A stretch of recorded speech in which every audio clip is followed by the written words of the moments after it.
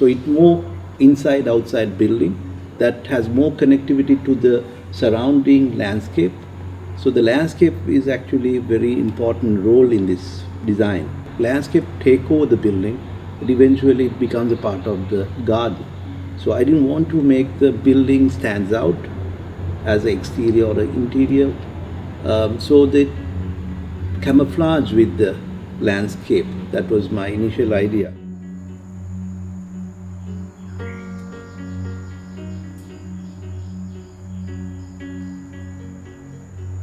This house is designed for the contemporary Sri Lankan artist J.C. Ratnayaka and his wife and the daughter. This is actually situated in Pitrugala, Malabe, and close to a highway, a Galle Express highway, and adjoining to the beautiful paddy field.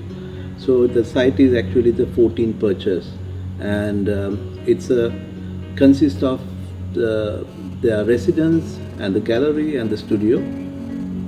So design actually outcome of their lifestyle and the way of living as an artist. And again, it's a budget was a design factor. So we consider the budget because very limited budget. So we have to find the architecture or the concept based on that two factors, the lifestyle and the budget. So we're trying to design in a way it looks like an oasis, and we created a feeling of a garden pavilion, especially in the ground floor. So it's a series of garden interconnecting, and we remove all the doors and windows from the common spaces or public spaces or their galleries to cut down the cost as well as connect to the nature. We created the high volumes here to get that privacy as well as the security, and create as a sound buffer from this noise of this highway. And those holes that we're trying to get the cool air comes through these holes. That air gaps allows that air to be moved frequently. So that creates a micro cooler climate within the space. So even though it's like high walls, there's no cut off the air. The air movement is really frequently comes through the space. So that helps to passively ventilated spaces. So we never have air conditioned spaces in this house, all naturally ventilated. Only fans we use it if we required, and rest is like a cross ventilation.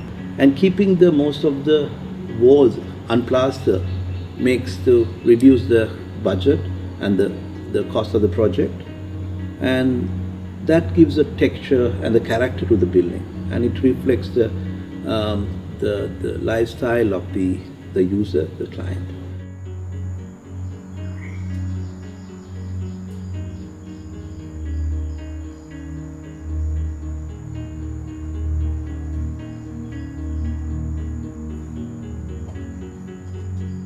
And upper level, we're trying to create a little bit of a textured wall, plastered wall to give a little smooth feeling, and we add the pigment to it to reduce the cost as well as the maintenance free walls. So it helps to create a little bit of their private space with a very smooth and a clean environment, and rustic space at the common space at the lower level to make it more connected with the landscape.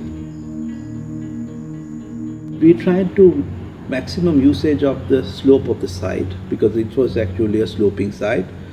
So we didn't want to cut and fill and reduce the filling.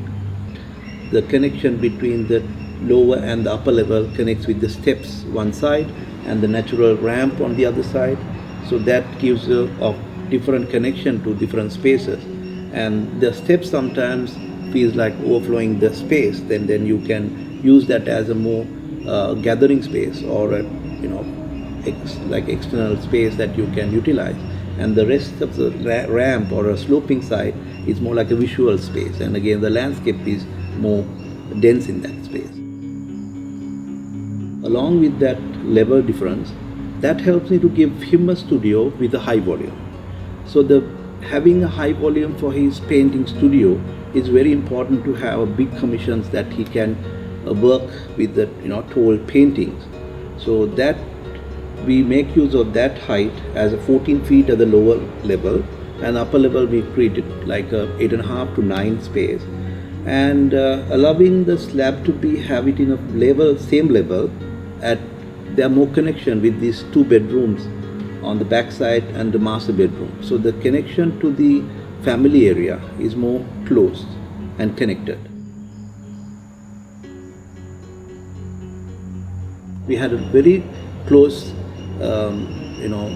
relationship with the client, and he involved a lot with the craft in this building, especially furniture or a timber work, because we asked to select what is available, not specified wood. For example, we said for the entrance door, select anything available. So it's like you can find it from a carpentry shop, not specified as teak or some hard wood. So that makes him to find a different kind of wood that gives a different texture, different colors. So he plays it in a way that it's like art. So I didn't want to specify panel by panel. So he used his talent to make it beautiful. Finally it became the art.